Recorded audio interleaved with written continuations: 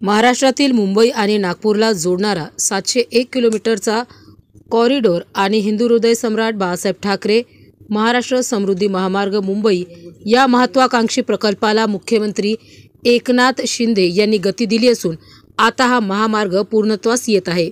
समृद्धी महामार्गाचा नागपूर ते शिर्डी जोडणारा पहिला 520 किलोमीटरचा टप्पा 11 डिसेंबर 2022 रोजी लोकांसाठी खुला करण्यात आला। त्यामुळे प्रवासाचा वेळ खूप कमी झाला।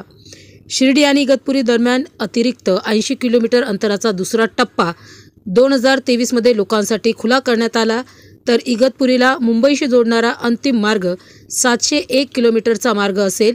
नागपूर ते मुंबई दरम्यानचा प्रवास सुमारे 8 तासाने कमी होणार आहे। समृद्धी महामार्गावर एकूण 6 बोगदे बांधले गेले। या एक्सप्रेस वेमध्ये कसारा घाटातील 7.7 किलोमीटर लांबीच्या दुहेरी बोगद्याचा समावेश आहे, जो महाराष्ट्रातील सर्वात लांब महामार्गाचा बोगदा आहे। त्यांच्या अभियांत्रिकी चमत्कारांच्या पलीकडे हा महामार्ग 3 वन्यजीव अभयारण्यासह 35 इको सेन्सिटिव्ह झोन आणि 310 मीटर पुलाद्वारे वर्धा नदीसह निसर्गरम्य परिसरातून जातो। विशेष धोरणाने तयार करण्यात आलेला समृद्धी महामार्ग प्रामुख्याने 10 प्रमुख जिल्ह्यातून जात असून अप्रत्यक्षपणे आणखी 14 जिल्ह्यांना जोडणार आहे, ज्यामुळे संपूर्ण महाराष्ट्रात आर्थिक कनेक्टिव्हिटी वाढत आहे। याची रचना मुंबईतील जवाहरलाल नेहरू बंदर आणि आगामी नवी मुंबईतील विमानतळासारख्या प्रमुख केंद्रांशी देखील जोडली जात आहे।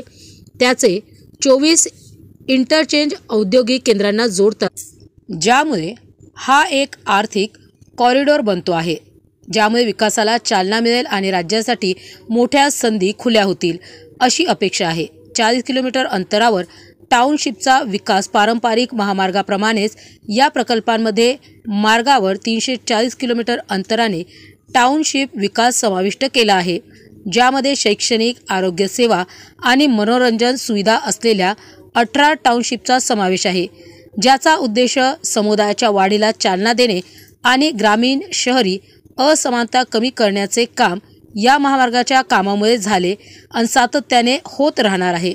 भूसंपादन आणि पर्यावरण मंजुरी यासह विविध आव्हानांमधून या प्रकल्पाचे नेतृत्व करण्यात मुख्यमंत्री एकनाथ शिंदे यांचा मोलाचा वाटा आहे।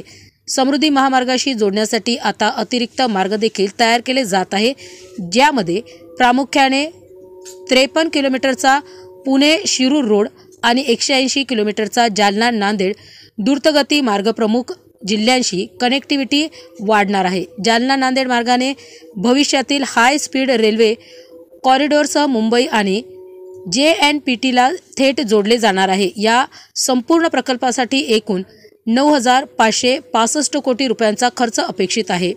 मुख्यमंत्री एकनाथ शिंदे यांच्या नेतृत्वाखाली समृद्धी महामार्गाच्या कामाला गती मिळाली आहे। विस्तृत पायाभूत सुविधा हा महामार्ग आर्थिकदृष्ट्या सशक्त महाराष्ट्राचे स्वप्न पूर्ण करीत आहे।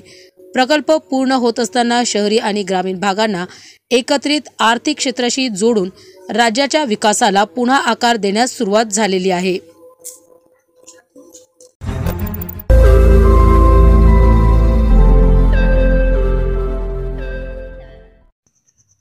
रोज नई खबरों को देखने के लिए हमारे औरंगाबाद समाचार चैनल को सब्सक्राइब कीजिए और नोटिफिकेशन पाने के लिए हमारे बेल आइकन को दबाइए, ताकि हर खबर की नोटिफिकेशन आपको मिलती रहे।